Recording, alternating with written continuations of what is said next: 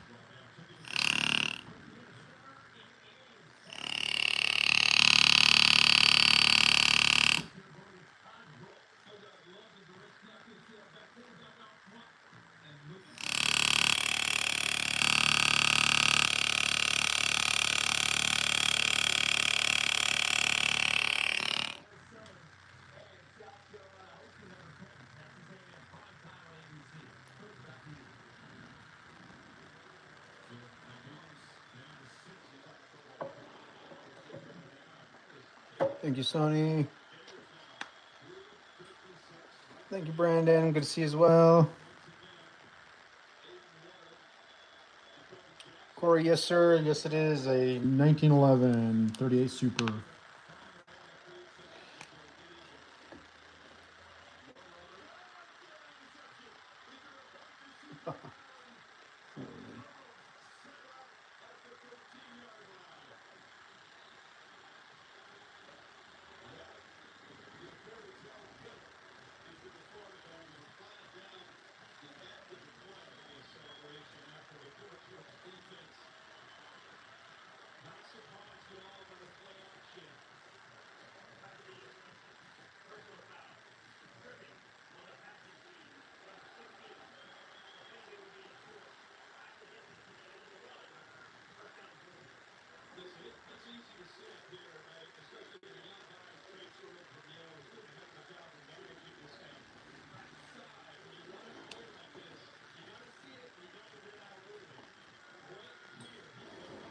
Thank you guys. Appreciate it. If you guys haven't subscribed, please subscribe to the channel.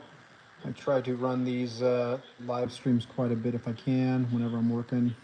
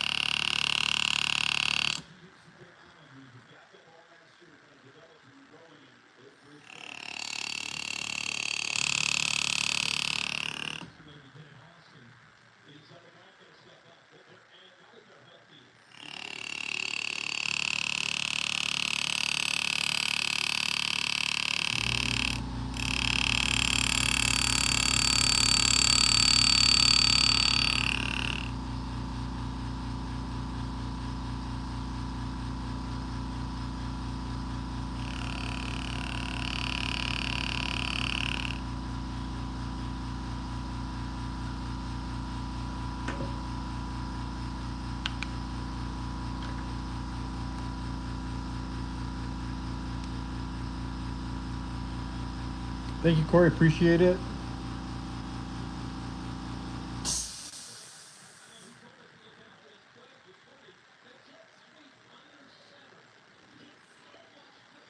Let's see what we'll do. Actually, we're just going to create the leaf now. So I'm going to swoop it in here.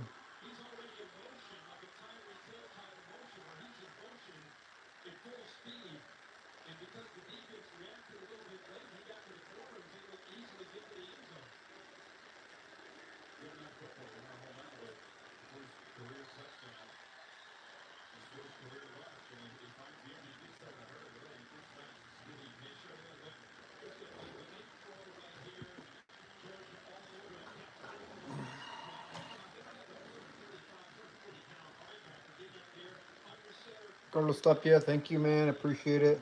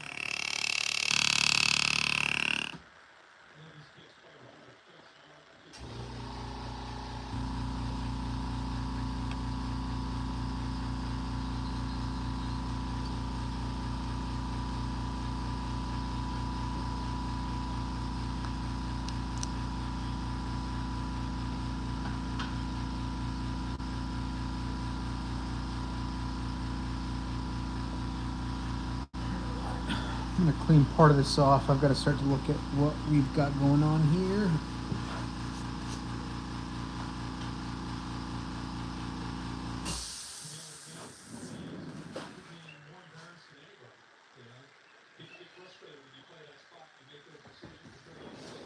Actually, we'll have to wait on it. I don't know where my acetone is at right now.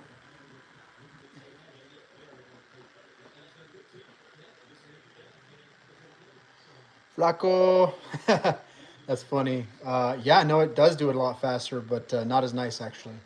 And I can attest to it. I actually do laser engraving too. So I do the 3D laser engrave. I do all of it. I actually sell them as well. They go for a lot cheaper because there's not as much artwork going into it. I design the designs. I sell them to people as well. A 3D laser doesn't make it look this way. So this is called a bright cut, and the bright cut just looks a lot better than any laser can do it. You just can't replicate it. And once you start learning about engraving and what to look for, laser just doesn't look as good. Truthfully, it looks okay. I mean, don't get me wrong. I have lasered firearms, but it's never as good looking as a hand engraved one. And people pay the money on hand engraved because laser engraving is just a dime a dozen nowadays, and anybody can do it. Truthfully.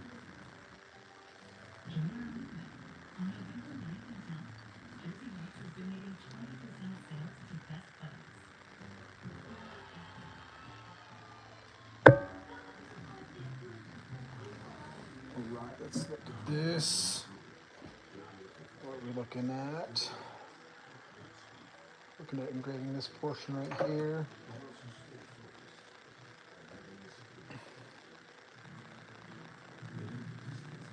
Now, guys, be easy on Flaco. Laser. Laser. I do laser stuff. Don't get me wrong, and there's a time and place for laser engraving. And truthfully, with any artistry, if you have a tool you can use the tool to make your art. And in all honesty, I'll use a laser at certain times to maybe create a border. If I need to create a background that's really taken out really deep, and I don't want to waste my time on that because background work really does suck, and it's really not. That doesn't really take artwork much. I usually get that done. I go through, I'll cut everything else out. Some clients want pure hand engraved everything, and if they're willing to pay the money, then I am willing to do it. That is not a big deal at all. But you use your tools to create the art you have. And that's what I like to do with it. And I'll use my laser for certain things, and sometimes if I just want to create a laser engraving, great. But it just does not look as good as hand engraving when it comes down to it. It truly does not. And to the untrained eye, it's going to look just as good. You won't tell a difference. To 99% of people, you're not going to be able to tell a difference. But to the high end market, the people that are paying the money for firearms, they're paying 100,000, 150,000, and yes, there are firearms that go for even 350,000. Those those guns, man, those are masterpieces for master engravers. They take years at times, but you cannot do that with a laser. But for like mass manufacturing and stuff, you can do a laser stuff. Like, I mean, if you wanted to pick up a fully engraved firearm that's laser engraved, you can pick one up for $2,500–$3,000, maybe even $4,000 for a really, really nice one. It's been like gold plated and has some other work done to it. And that is cheap. I mean, if you wanted to do that hand engraved, you'd be looking at probably $8,000, $9,000 for a hand engraved one like that. And if you don't want to spend that kind of money, then you buy a lasered one. And sometimes I have that market. They don't want to pay for my time, and that's totally fine. I get it.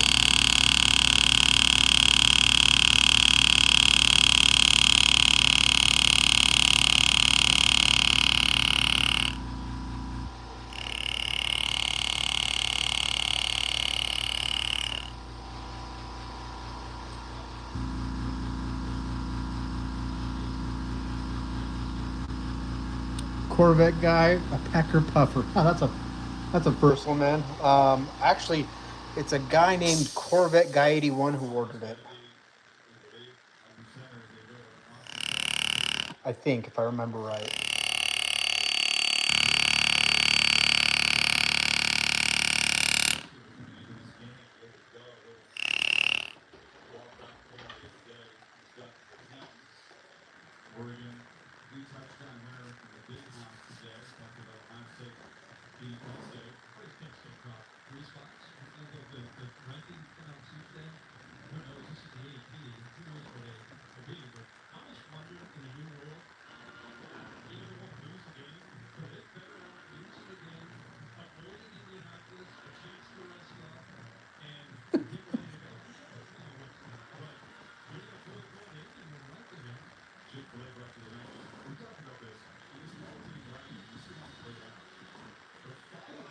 Let's see.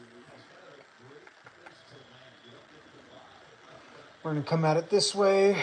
I'm just going to go through the motions of creating this scroll.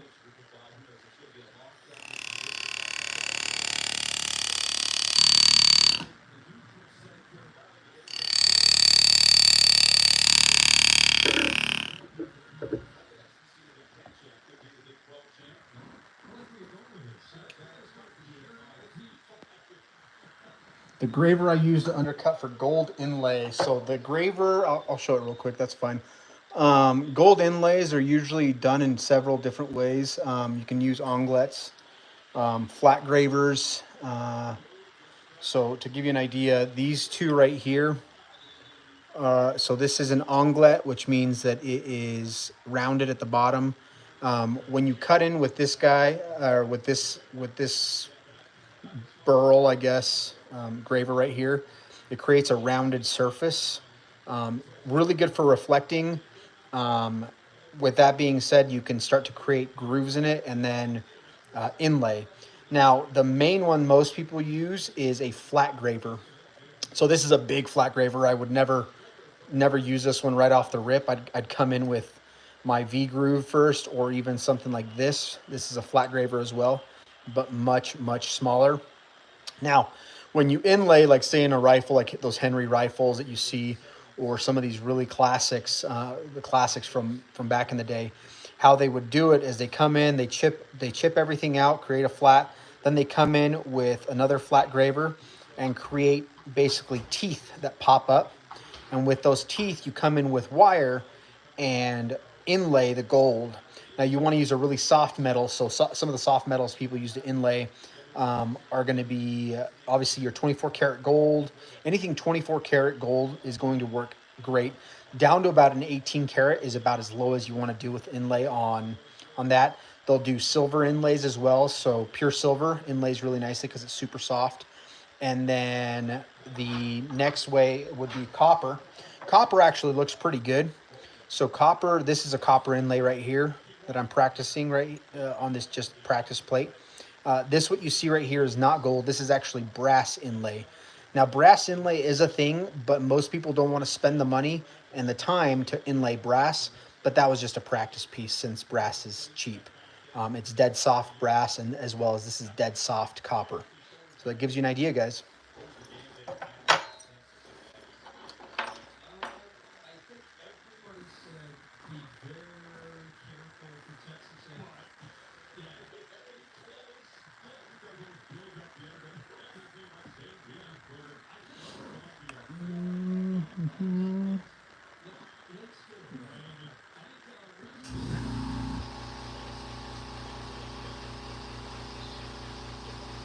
Corvette guy. Let's see. What I guess what would you prefer then, as far as engravings, or are you one of those guys that doesn't believe in engravings? Truthfully, one of the things I've heard people say is like, "Oh, engravings offer no tactical advantage."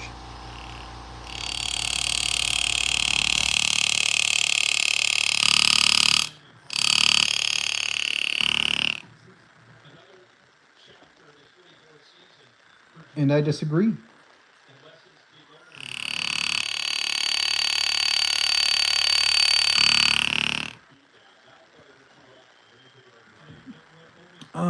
Corvette guy. Well, that's fine, man. So I take it you don't like any of the classic rifles from Henry or from back in the day. I take it.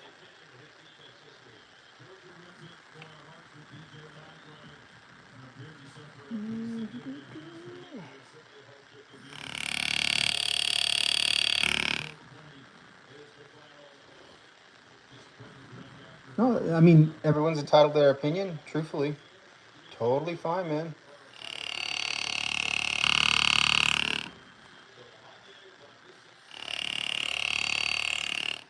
Engravings are kind of a funny thing, though. Throughout, I mean, it's been centuries. So you've got firearms back from the first time of like the Spanish conquistadores.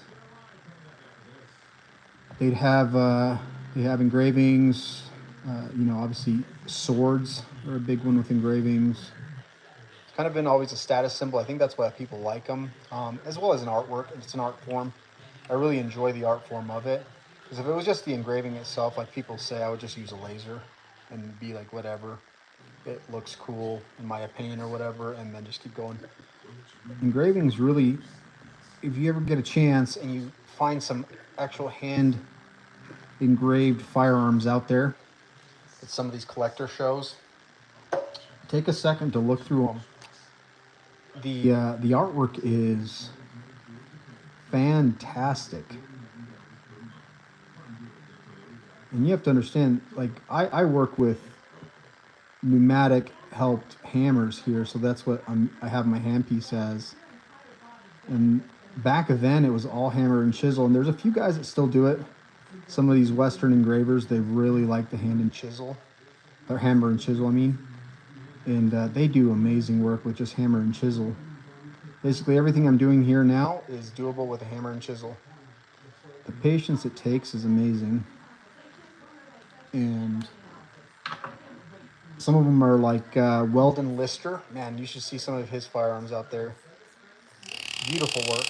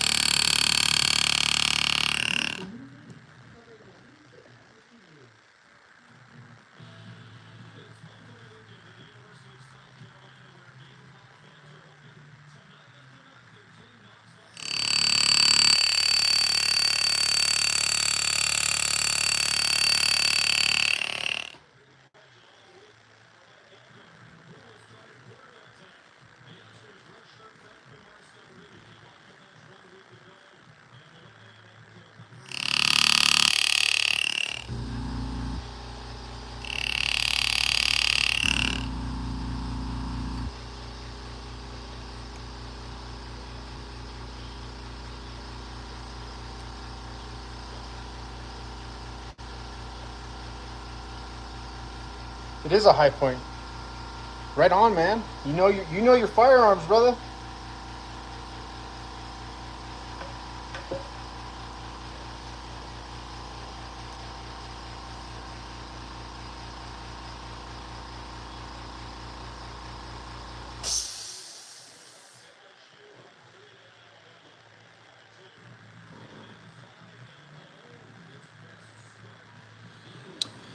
Let's see, Corey. Side by side, underovers are usually considered express rifles. Yeah. I mean, I'd like to work on some. I've actually one of my dream guns to work on is a 500 nitro. I can't afford it, so it ain't gonna happen anytime soon. But one can dream, right? Another one's like a Krieghoff.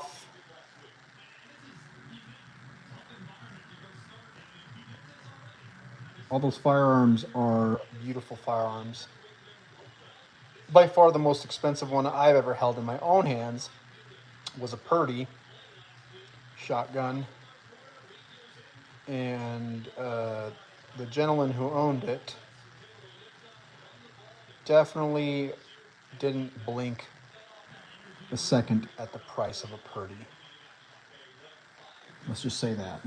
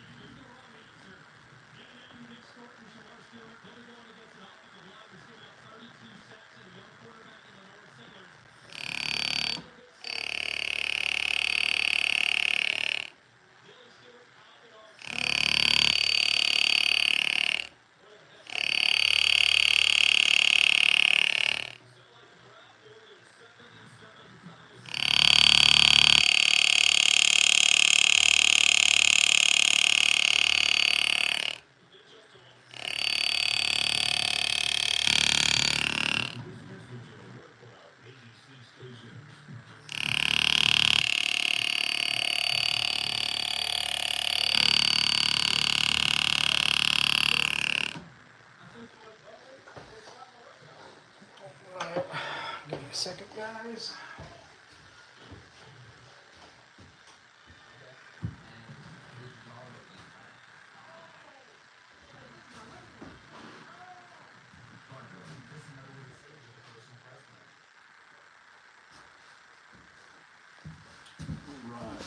This. Do I go to the SHOT Show? I haven't yet. I need to. I'd like to. I have buddies that go. I mean, my career is in a lot of tactics and stuff, so a lot of the guys I know go because they love it, and apparently I'm just not cool enough to go with them yet. But hopefully this coming SHOT Show, or I'd like to go to the the Dallas Safari Club show or something like that. Safari Club. Something. It's basically a show down in, I think, next one's in Atlanta. They just had one in Vegas. But they have firearms that, I mean, I'm not going to grab because I don't think I'd break it. But if I do break it, I'll be in debt for the rest of my life.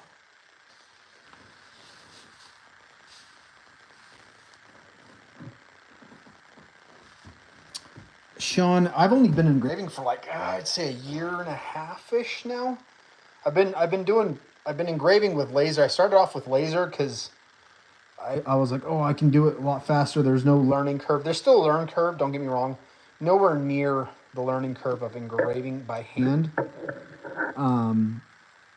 But I started laser engraving and it wasn't really tickling my fancy.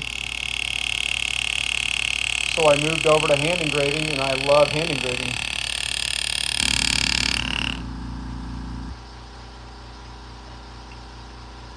But yeah, I was laser engraving for like 6 months before I figured that it just wasn't bringing me the pleasure and I wasn't proud of my firearms like I am with hand engraving.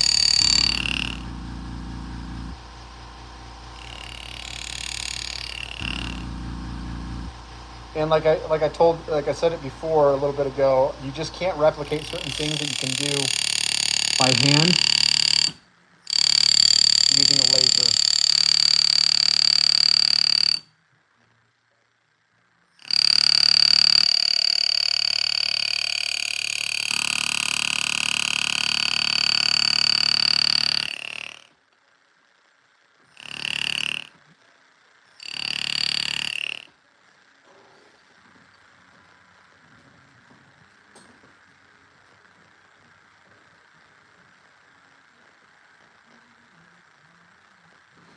Yeah, I made a dude.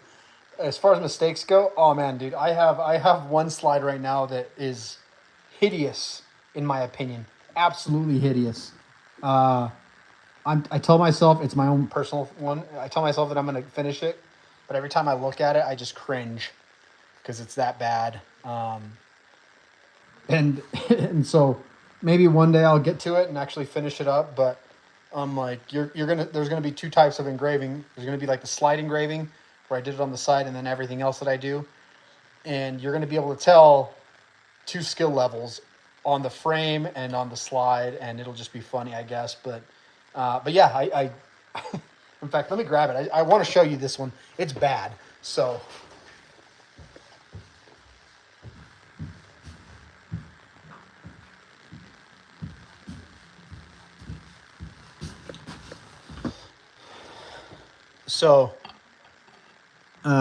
So this is like my first one that I decided I was gonna try and cut, and it is not good. There's so many mistakes, just design flaws, bad cuts. This was my first one right here. Absolutely hate it.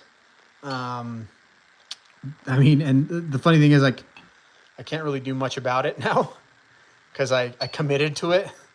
So once you commit, you're kind of committed. And yeah.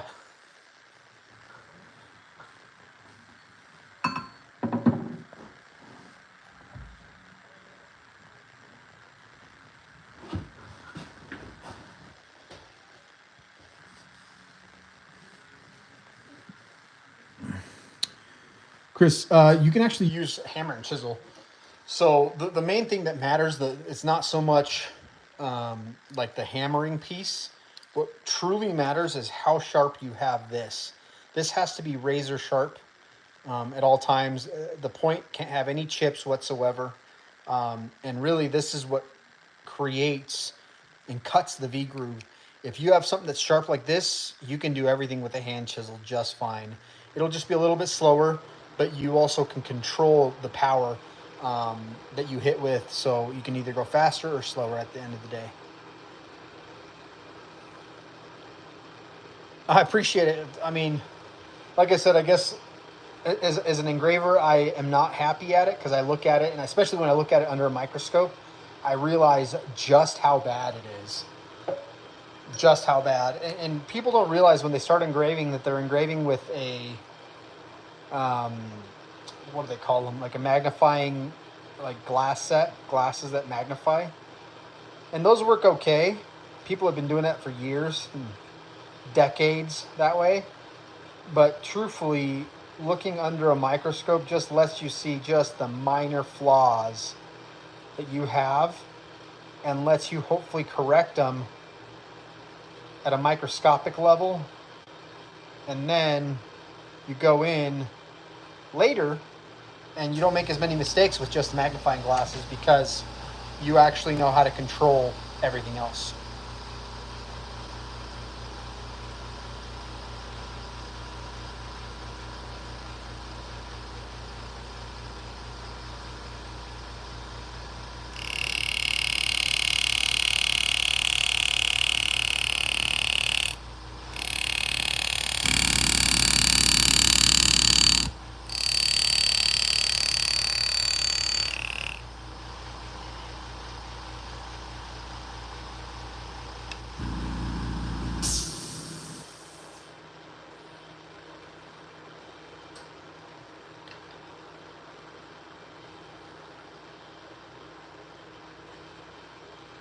A flaw is like a scratch crossing your engravings, so cutting too far into another one is one. Some of the other flaws you can get are digging in too deep, digging in not deep enough, having crooked lines, that's a big one, not having flowing lines, that's a big one.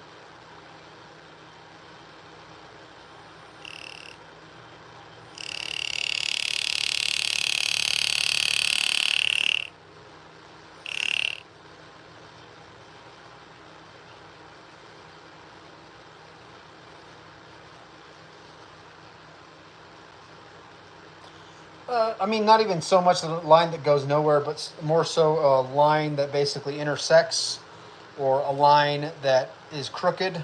Um, Flowing lines are what you want. So if you're really jerky about stuff and you move stuff around rather than making it flow nice and smooth, then what ends up happening is you have lines that you can tell are really poorly made, and later on, I mean, that's not what the client wants at the end of the day, you know.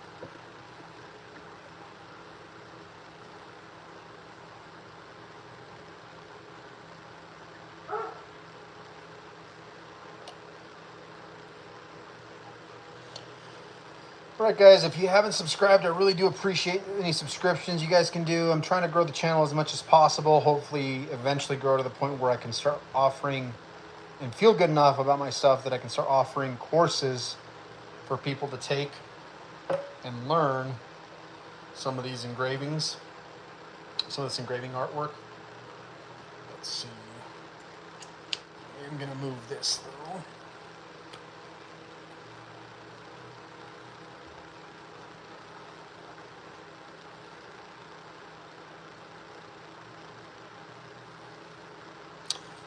Arturo, yeah, we were just talking about that. Hand engraving, there's just a different look to it. A lot of people can't tell what the look is at first, but once you own a hand engraved piece versus just a non-hand engraved piece, then you will know immediately which one is which. And truthfully, hand engraved pieces have certain flaws and mistakes, and it almost makes it look human and more attractive to the eye versus something that's so perfect that not even a human hand could do that, so it kind of gives that off feel. with engravings, you're relying on your sharpness and your polishness, right, and your polishing job and the type of graver. And this is huge because what happens is A laser engraver can do somewhat of a 3D print. That's not the issue so much, but you don't get these clean V groove cuts, and that gives a huge big advantage to hand engraving because now you have reflections, their mirror shine right off the rip, and it looks cleaner when done right. Again, when done right, I just showed my other hand piece. I don't like this one at all. Doesn't look good to me. You can see a lot of flaws, a lot of crooked lines, a lot of space, gapping. Not the best engraving by any means in the world.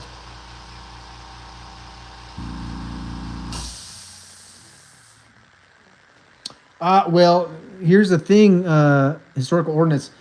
Technically, like right now, Truthfully, I'm not working on a firearm. So this legally is not a firearm whatsoever. This is a piece of metal. Now, later on, when there's a serialized part in it, yeah, that would be considered a firearm. So that could get struck down, I guess. Most likely not on YouTube, but like on TikTok. TikTok will strike down anything firearm wise. So the only time I get on TikTok is to work on slides because this is not considered a firearm.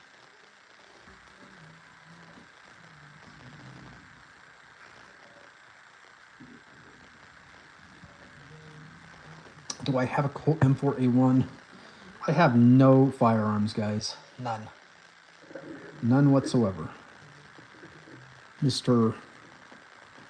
Zachy Jake, I bet you're not the ATF, right?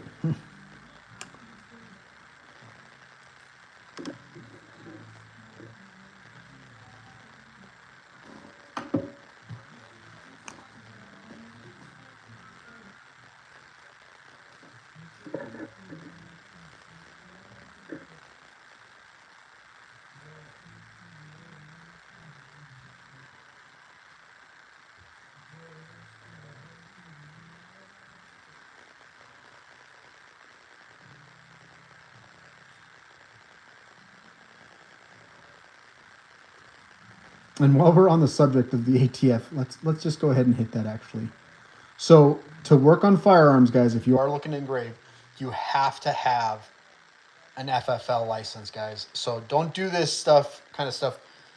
Like a slide is not a firearm until you put it onto a firearm, right? The serialized or any serialized slides.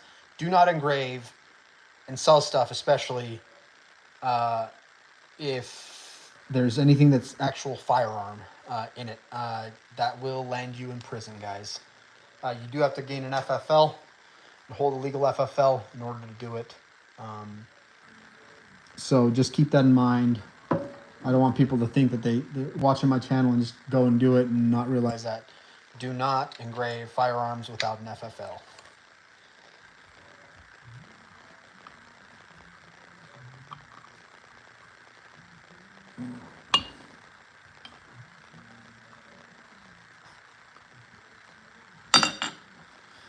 All right, this one's kind of hard right here. Sorry, guys.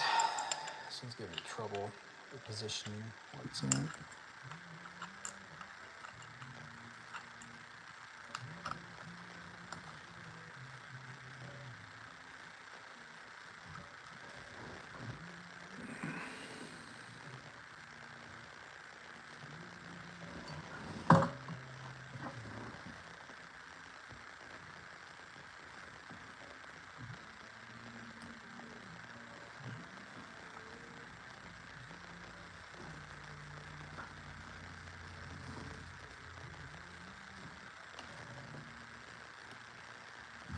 This angle is getting tricky right here, so I'm not trying to.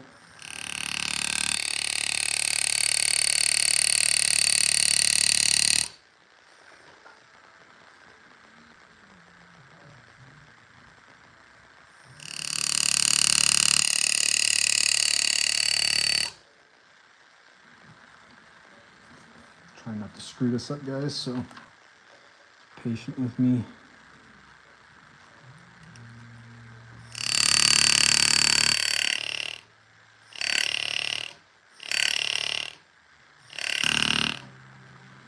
Oh, that's not bad. That was rough.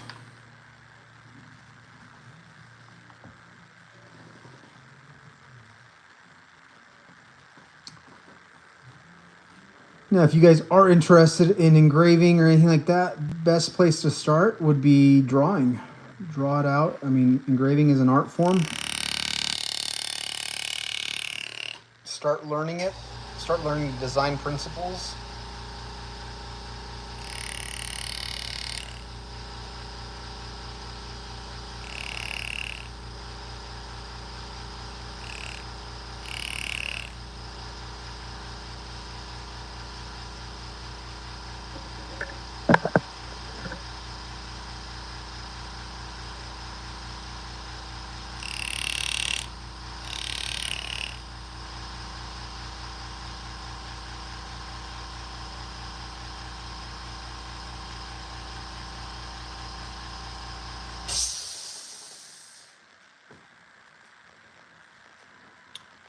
Chris, yes, it is a name brand slide. It's a Colt.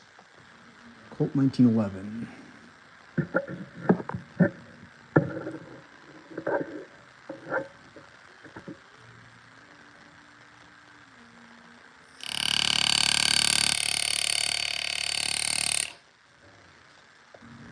It's giving me issues. I really hate this one, actually.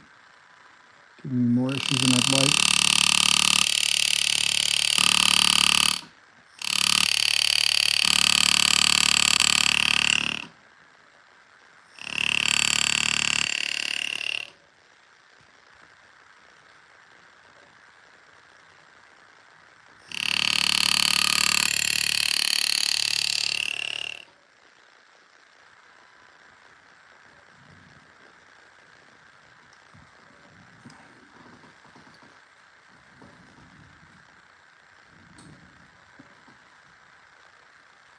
Cali Cool Guns. How much do I grip? Honestly, it just depends, man. Like, I'd like to be like, hey, you know, I charge this much.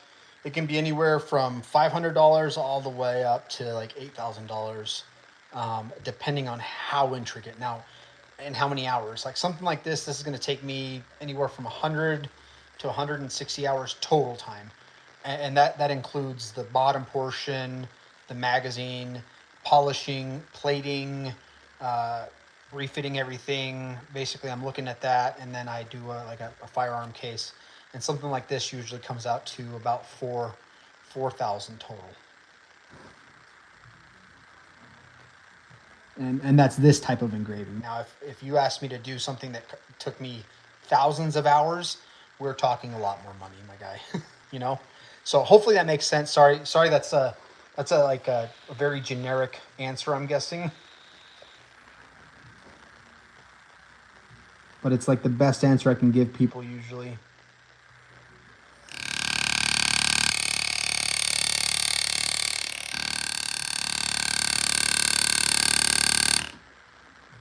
I'm not a fan of... Okay.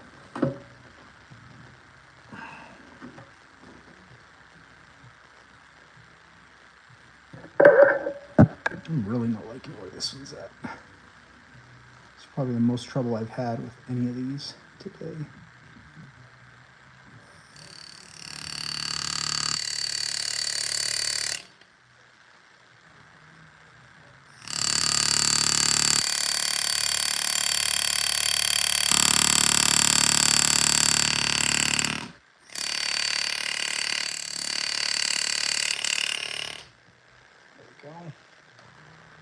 So I'm having to like create this leaf backwards, which is not something I typically do.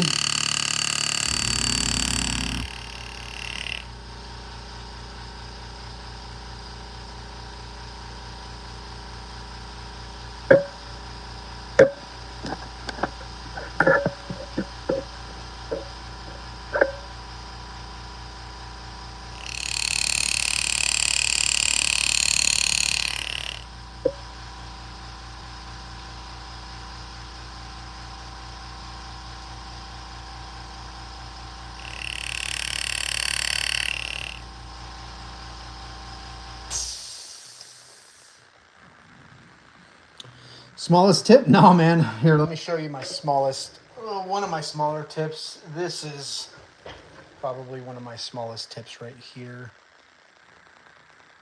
So I use this one for a really large, deep cuts, and this for a lot finer cuts right here.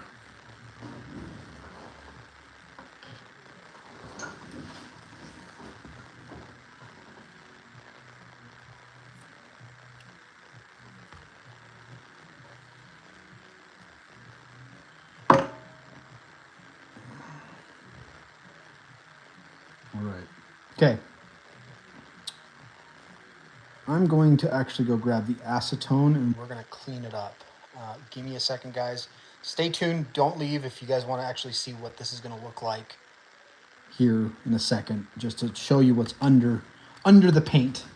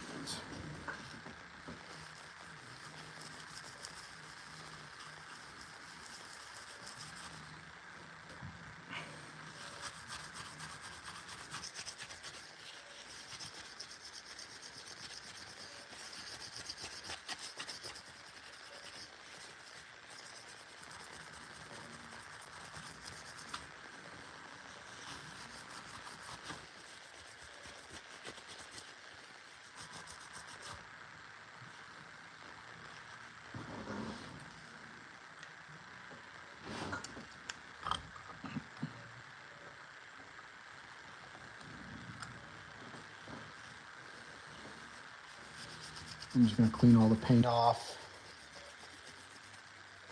I'm doing it straight onto the slide, so I can start to refine some of my cuts.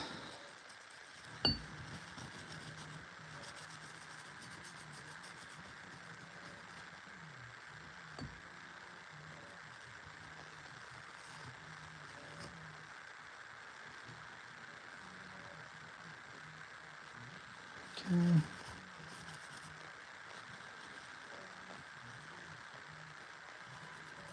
Take this portion off.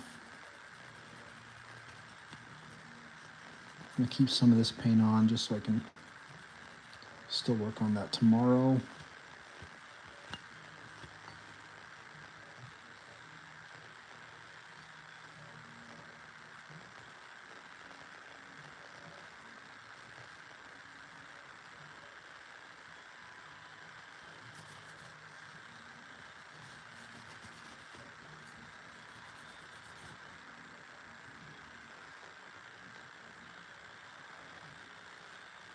So that gives you kind of an idea of where it's kind of going.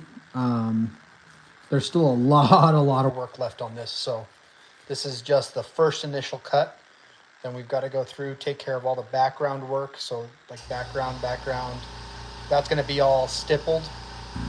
And then we're going to go through and we'll recut everything we already cut, touch it up again. Then we have to come back in and shade everything. So you create contour and form in the scroll work through shading, and that's going to be the last step before we gold plate or blue or whatever we do. So